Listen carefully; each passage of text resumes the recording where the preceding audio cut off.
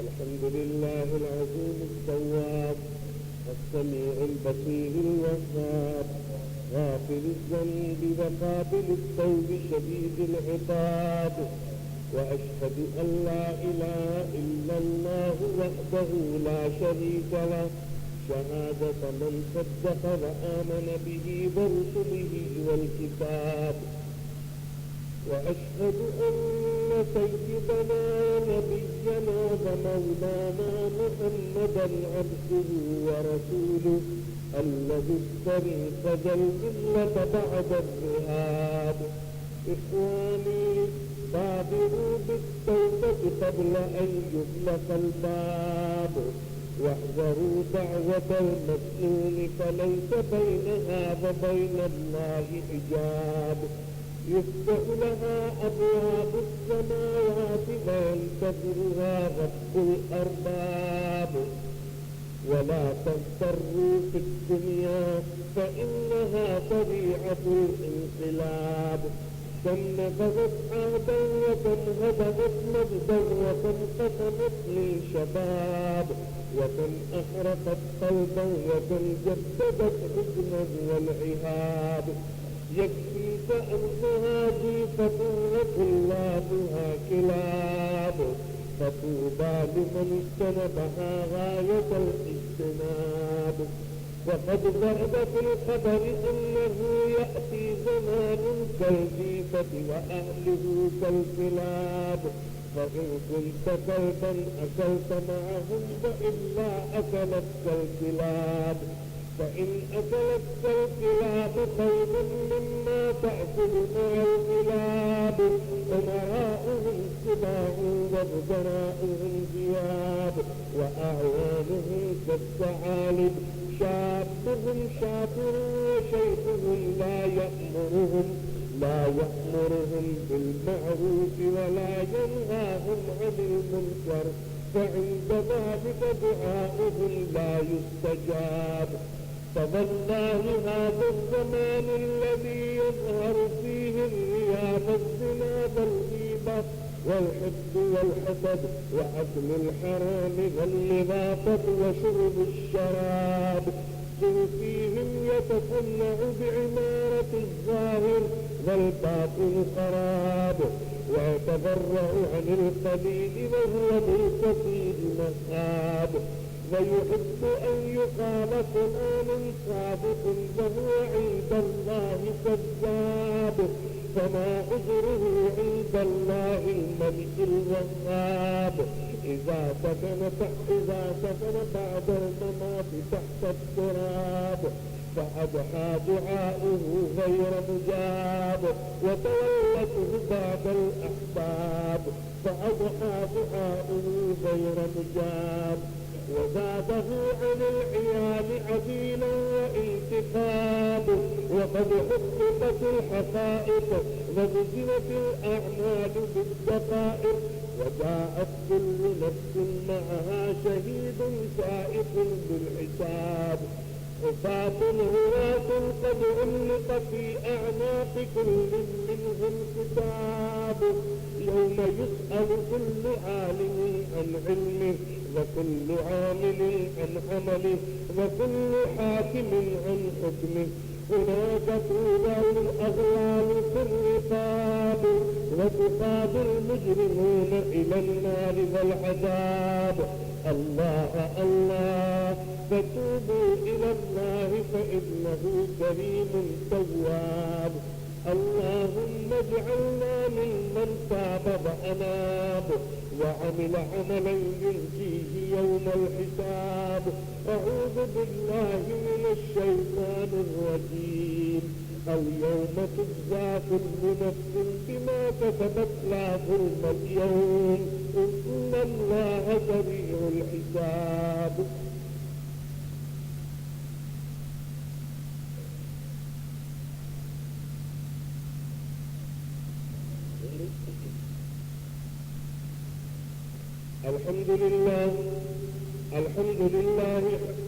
الحمد لله حمدا كثيرا كما أمر. وأشهد أن لا إله إلا الله وحده لا شريك له إرغاما لمن جحد به وكفر. وأشهد أن سيدنا ونبينا ومولانا محمدا عبده ورسوله سيد الخلائق والبشر. اللهم صل وسلم وبارك على سيدنا ونبينا ومولانا محمد وعلى آله وأصحابه مصابيح الغرر. عباد الله اتقوا الله تعالى من سماع اللغو وفضول الخبر وانتهوا عما نهاكم عنه وزجر. واعلموا أن الله أمركم بأمر بدأ فيه بنفسه وثنى بملائكته المسبحة لقدسه وثلث بكم أيها المؤمنون من بريئة جنه وإنسه. فقال تعالى مخبرا وآمرا إن الله وملائكته يصلون على النبي يا أيها الذين آمنوا صلوا عليه وسلموا تسليما. اللهم صل على سيدنا ومولانا محمد وعلى آله وصحبه وبارك وسلم خصوصا منهم ذي الأصل العريق أمير المؤمنين سيدنا أبي بكر الصديق رضي الله تعالى عنه وعن الزاهد الأواب الناطق بالصواب أمير المؤمنين سيدنا أبي حفص عمر بن الخطاب رضي الله تعالى عنه وعلى ساكن الحاء وجامع القرآن أمير المؤمنين سيدنا عثمان بن عفان رضي الله تعالى عنه وعلى أسد الله الغالب أمير المؤمنين سيدنا علي بن أبي طالب كرم الله تعالى وجهه وعلى ولديه السيدين أبي محمد الحسن وأبي عبد الله الحسين رضي الله تعالى عنهما وعلى أمهما سيدة النساء فاطمة الزهراء رضي الله تعالى عنها وعلى عميه المعظمين عند الله والناس المطهرين من الدنس والأرزاق أبي عمارة الحمزة وأبي الفضل العباس رضي الله تعالى عنهما وعلى 18 المبشرة صلاة وسلاما دائمين متلازمين إلى يوم الدين رضوان الله تعالى عليهم أجمعين. اللهم أعز الإسلام والمسلمين. اللهم أعز الإسلام والمسلمين. اللهم أعز الإسلام والمسلمين واخذل الكفرة والمبتدعين والمشركين واخذل الكفرة والمبتدعة والمنافقين والمشركين واخذل الكفرة والمبتدعة والمنافقين والمشركين اللهم شتت شملهم اللهم مزق جمعهم اللهم دمر ديارهم اللهم انصر من نصر الدين واقضي من خذل المسلمين اللهم انصر من نصر دين محمد صلى الله عليه وسلم واجعلنا منهم واقضي من خذل دين محمد صلى الله عليه وسلم ولا تجعلنا منهم واجعل اللهم آمنا مطمئنا سائر بلدان المسلمين واكتب اللهم الستر والسلامة والعافية علينا وعلى عبيدك الحجاج والغداة والمجاهدين في بر والمسافرين في برك وبحرك وفي جوك من أمة محمد صلى الله عليه وسلم أجمعين ربنا آتنا في الدنيا حسنة وفي الآخرة حسنة واغفر للمؤمنين والمؤمنات واغفر للمؤمنين والمؤمنات واغفر للمؤمنين والمؤمنات الأحياء منهم والأموات برحمتك يا أرحم الراحمين الحمد لله رب العالمين أعوذ بالله من الشيطان الرجيم إن الله يأمر بالعدل والإحسان وإيتاء ذي القربى وينهى عن الفحشاء والمنكر والبغي يعظكم لعلكم تذكرون فاذكروا الله تعالى يذكركم وادعوه يستجب لكم ولذكر الله تعالى أعلى وأولى وأعز وأجل وأهم وأتم وأكرم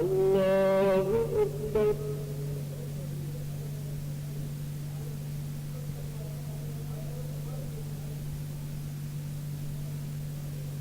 الحمد لله رب العالمين الرحمن الرحيم مالك يوم الدين إياك نعبد وإياك نستعين اهدنا الصراط المستقيم صراط الذين أنعمت عليهم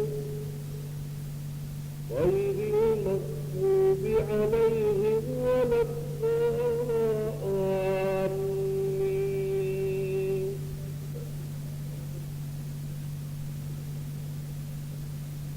إن للمتقين مفازا حدائق وأعنابا وكواعب أترابا وكأسا إذهابا لا يسمعون فيها لغوا ولا كذابا جزاء من ربهم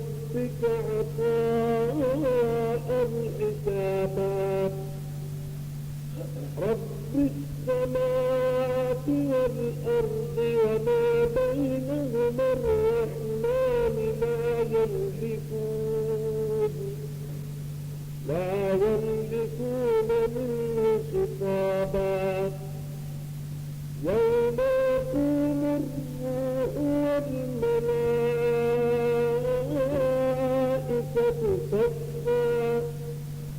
لا يتكلمون إلا من أذن له الرحمن وقال صوابا ذلك اليوم الحق ومن شاء اتخذ إلى ربه مآبا إنا أنذرناكم عذابا قريبا يوم ينظر المرء ما قدمت يداه ويقول الكافر يا ليتني كنت ترابا الله أكبر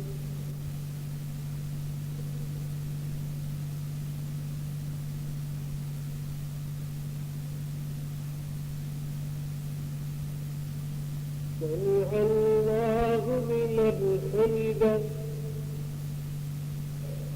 الله أكبر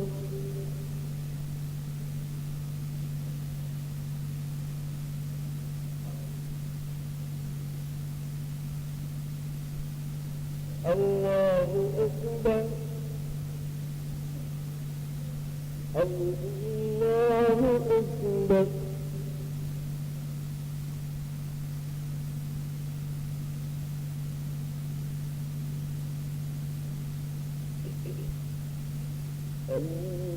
الله أكبر الحمد لله رب العالمين الرحمن الرحيم مالك يوم الدين إياك نعبد وإياك نستعين اهدنا الصراط المستقيم صراط الذين أنعمت عليهم غير المغضوب عليهم ولا الضالين ألم يشرح لك صدرك ووضعنا عنك وزرك الذي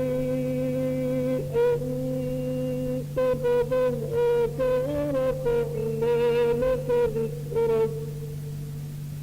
فإن مع العسر يسرا إن مع العسر يسرا فإذا فرغت فانصر وإلى ربك فارغب الله أكبر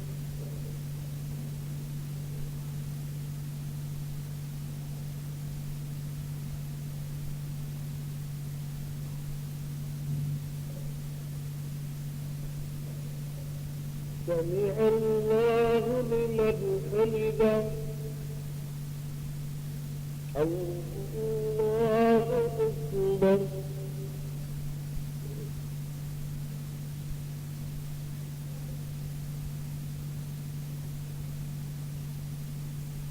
الله أكبر الله أكبر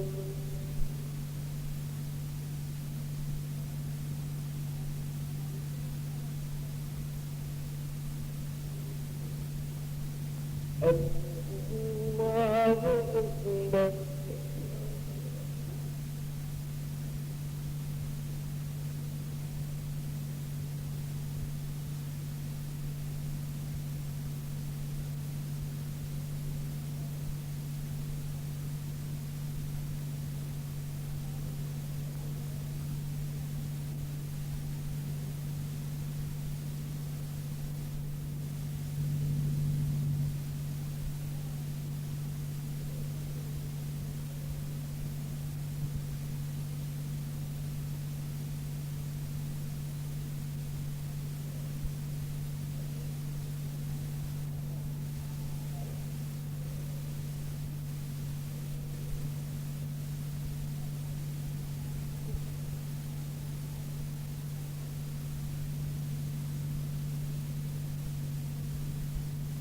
السلام عليكم ورحمة الله. السلام عليكم ورحمة الله.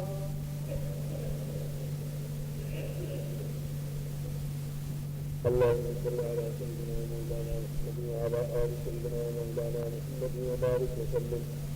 ربنا آتنا في الدنيا حسنة وفي الآخرة حسنة وقنا عذاب النار. ربنا ظلمنا أنفسنا